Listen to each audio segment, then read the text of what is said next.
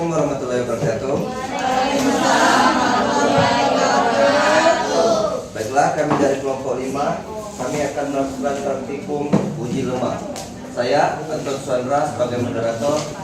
Di sebelah kiri saya ada Ibu Rika sebagai penyaji materi, dan sampingnya lagi Ibu Mega, Safa, dan Ibu Aminah.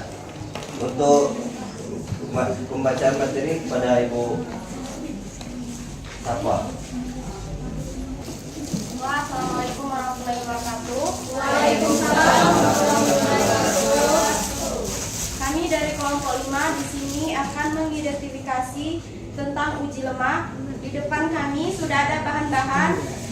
Alat dan bahan yang kami gunakan, yang pertama ada alatnya, piring plastik 1 buah, kemudian pipet 2 buah, kemudian kertas coklat sampul buku, lampu senter, lilin, dan sendok 1 buah.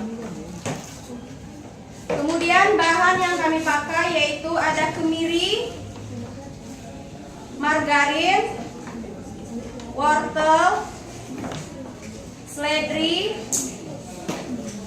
jagung, singkong, kacang tanah,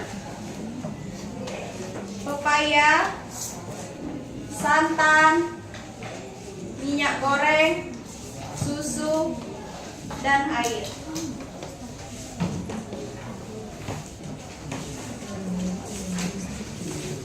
Landasan teori dari materi kami kali ini, yang pertama adalah lemak dan unsur penyusun lemak. Lemak adalah zat organik hidrofobik yang bersifat sukar larut dalam air, tetapi dapat larut dalam pelarut organik seperti kloroform, ether, dan benzen. Unsur penyusun lemak antara lain adalah karbon, hidrogen, oksigen, dan kadang-kadang fosforus, serta nitrogen. Sumber lemak yang dapat dimakan dihasilkan oleh alam yang dapat bersumber dari bahan nabati atau hewani. Lemak dapat diklasifikasikan berdasarkan sumbernya, yaitu bersumber dari tanaman yang berupa biji-bijian, kulit buah tanaman, biji-bijian dari tanaman tahunan, dan sumber yang lain adalah dari hewani, yaitu susu hewan peliharaan berupa lemak susu, daging hewan peliharaan berupa lemak sapi, daging sapi laut berupa minyak ikan, sarden, dan sejenisnya.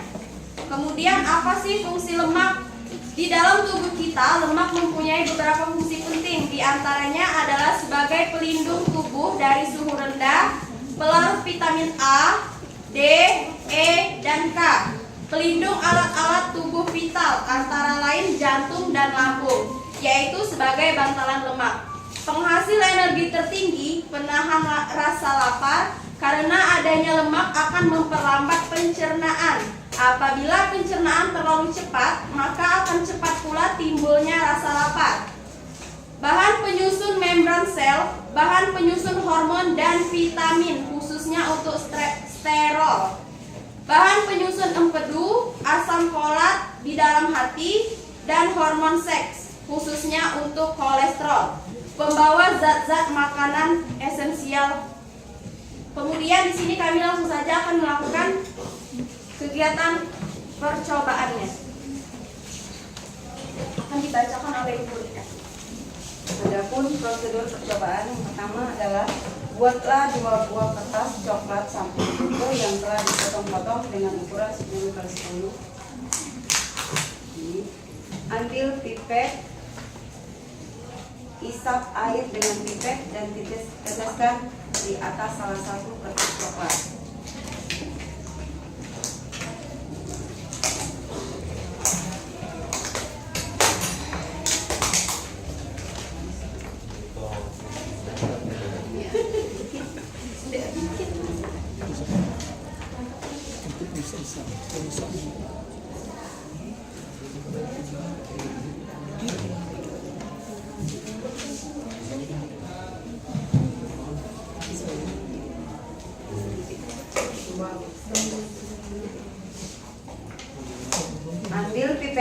ailin, isap minyak dengan pipet dan teteskan.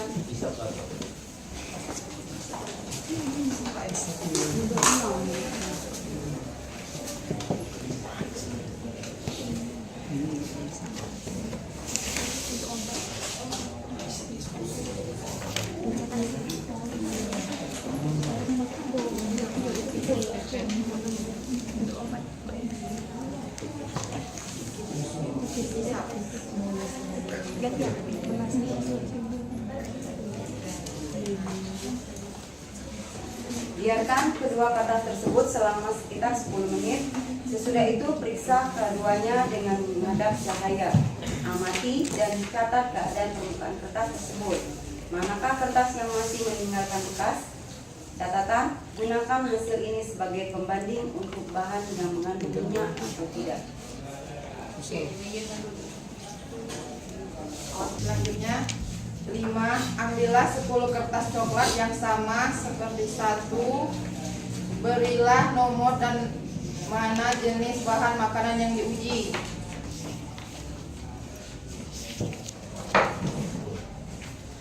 1 kemiri, 2 margarin, 3 wortel, 4 seledri, 5 biji jagung kering, 6 singkong kering, 7 kacang tanah kering, 8 pepaya, 9 santan, 10 susu. Prosedur percobaan. 1. Haluskanlah kemiri, usap-usap di atas kertas coklat kira-kira 10 kali dan bersihkan sisa kemiri. Biarkanlah sekitar 5-10 menit. 7. Sambil menunggu waktu, kerjakan hal serupa untuk ke-9 bahan makanan. Cairkan margarin di atas sendok dengan menggunakan panas dari nyala lilin. Teteskan margarin di atas kertas coklat. Usapkan seledri di atas kertas coklat kira-kira 10 kali. Potonglah wortel dan usap-usap di atas kertas coklat berulang-ulang kali. Usap-usapkan biji jagung kering di atas kertas coklat berulang-ulang sebanyak 10 kali. Lakukanlah hal yang sama untuk singkong kering dan kacang tanah kering. Potong-potong pepaya dan usap-usapkan di atas kertas sebanyaknya 10 kali. Teteskan air santan pada kertas coklat. Teteskan pula susu pada kertas yang terakhir. Biarkan ke-10 kertas coklat ini selama 10 menit. Setelah 10 menit, amati kertas coklat satu persatu. Pergunakanlah lampu atau senter ke arah bekas usapan dari bahan-bahan makanan yang diuji. Kertas manakah yang meninggalkan bekas noda minyaknya? Catatilah hasil pengamatan pada tabel di lembar kerja.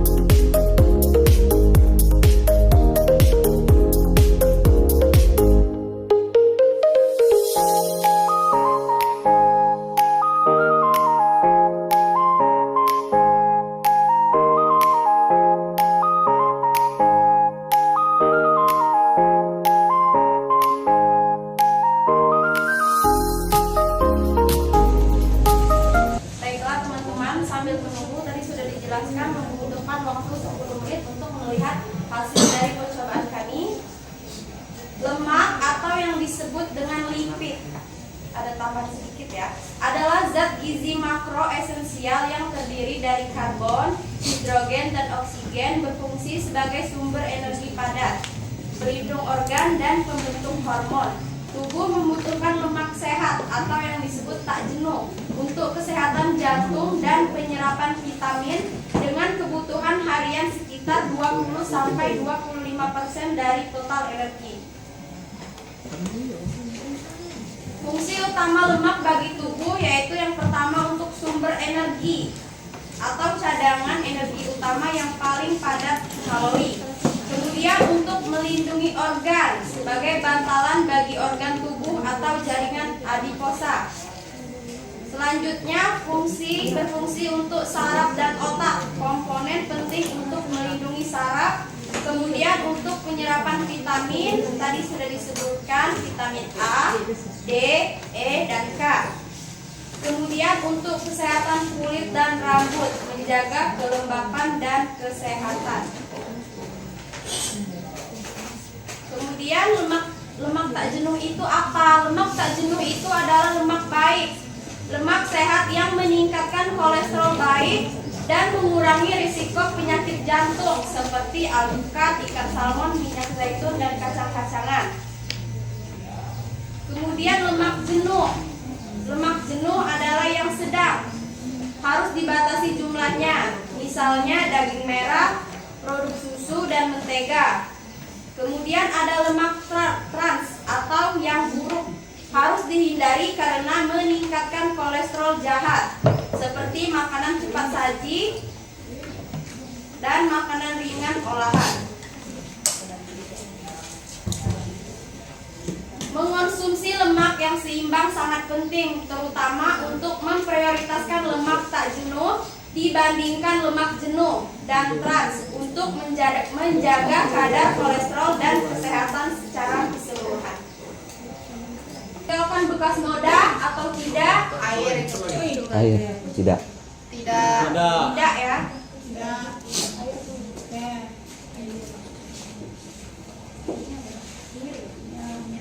Selanjutnya minyak.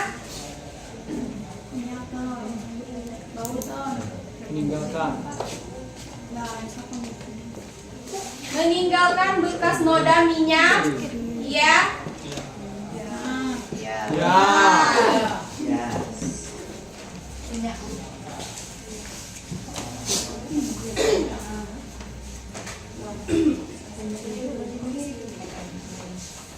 Kemiri.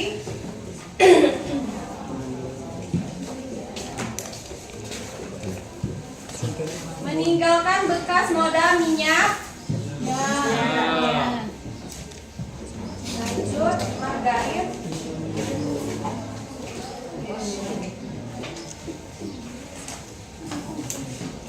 Meninggalkan bekas noda minyak. Iya. Ya. Kemudian wortel.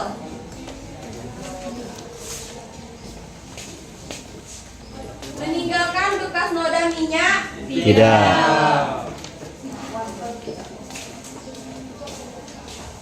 Selanjutnya seledri.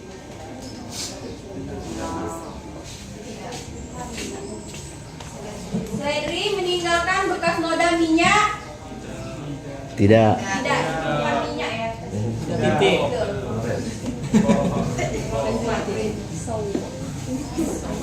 Kemudian biji jagung. Meninggalkan bekas noda minyak. Tidak. Selanjutnya singkong.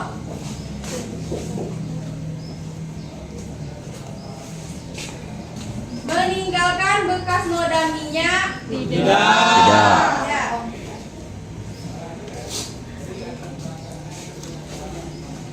Kacang tanah. Meninggalkan bekas noda minyak. Iya. Kemudian pepaya.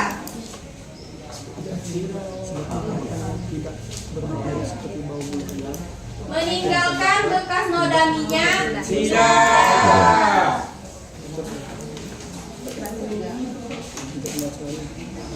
Kemudian lanjut santan. Meninggalkan bekas noda minyak. Yang terakhir susu.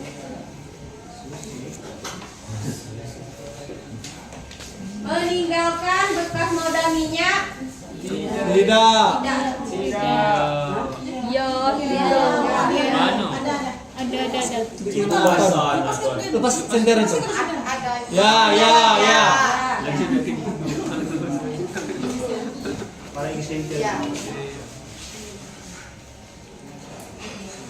Iya ya. Ya. Ya udah. Selanjutnya, berdasarkan uji yang telah dilakukan, bahan-bahan yang kami jelaskan tadi ada bahan yang penghasil lemak dan bukan termasuk lemak. Kesimpulan dari pengamatan kami tadi yaitu berdasarkan percobaan yang telah dilakukan dapat disimpulkan bahwa bahan-bahan makanan yang mengandung lemak akan menimbulkan efek transparan pada kertas coklat sampul setelah didiamkan beberapa menit. Terus bahan makanan yang mengandung lemak diantaranya yaitu kemiri, margarin, kacang tanah kering, santan, dan minyak goreng. Bahan makanan yang tidak mengandung lemak diantaranya yaitu wortel, seledri, biji jagung kering, singkong kering, dan susu. Baiklah, itulah tadi praktek dari kami tentang materi uji lemak. Sekian dari kami, saya akhiri. Wassalamualaikum warahmatullahi wabarakatuh. Waalaikumsalam warahmatullahi wabarakatuh.